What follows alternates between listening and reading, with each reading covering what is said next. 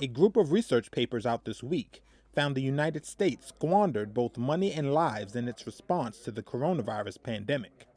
The U.S. could have avoided hundreds of thousands of deaths with a more effective health strategy and trimmed federal spending by hundreds of billions of dollars while still supporting those who needed it.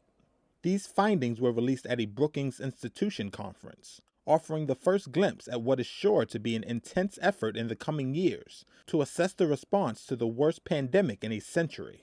If by last May the country had adopted widespread mask, social distancing, and testing protocols while awaiting a vaccine, U.S. COVID-19 fatalities could have stayed under 300,000, versus a current death toll of over 540,000, according to Andrew Atkinson, economics professor at University of California, Los Angeles.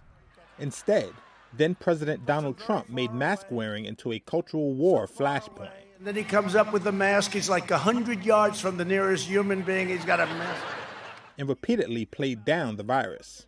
Atkinson also projected a final fatality level of around 670,000 in the country, as vaccine spread and the crisis subsides. Had no vaccine been developed, he estimates the death toll would have been 1.27 million.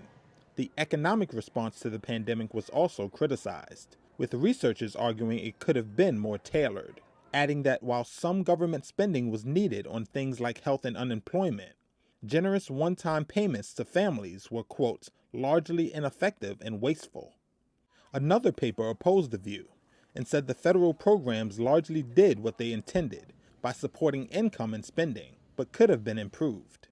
Most recently, Biden administration officials, including Treasury Secretary Janet Yellen, argued that their full package was needed to be sure all workers and families are kept economically intact until the job market recovers.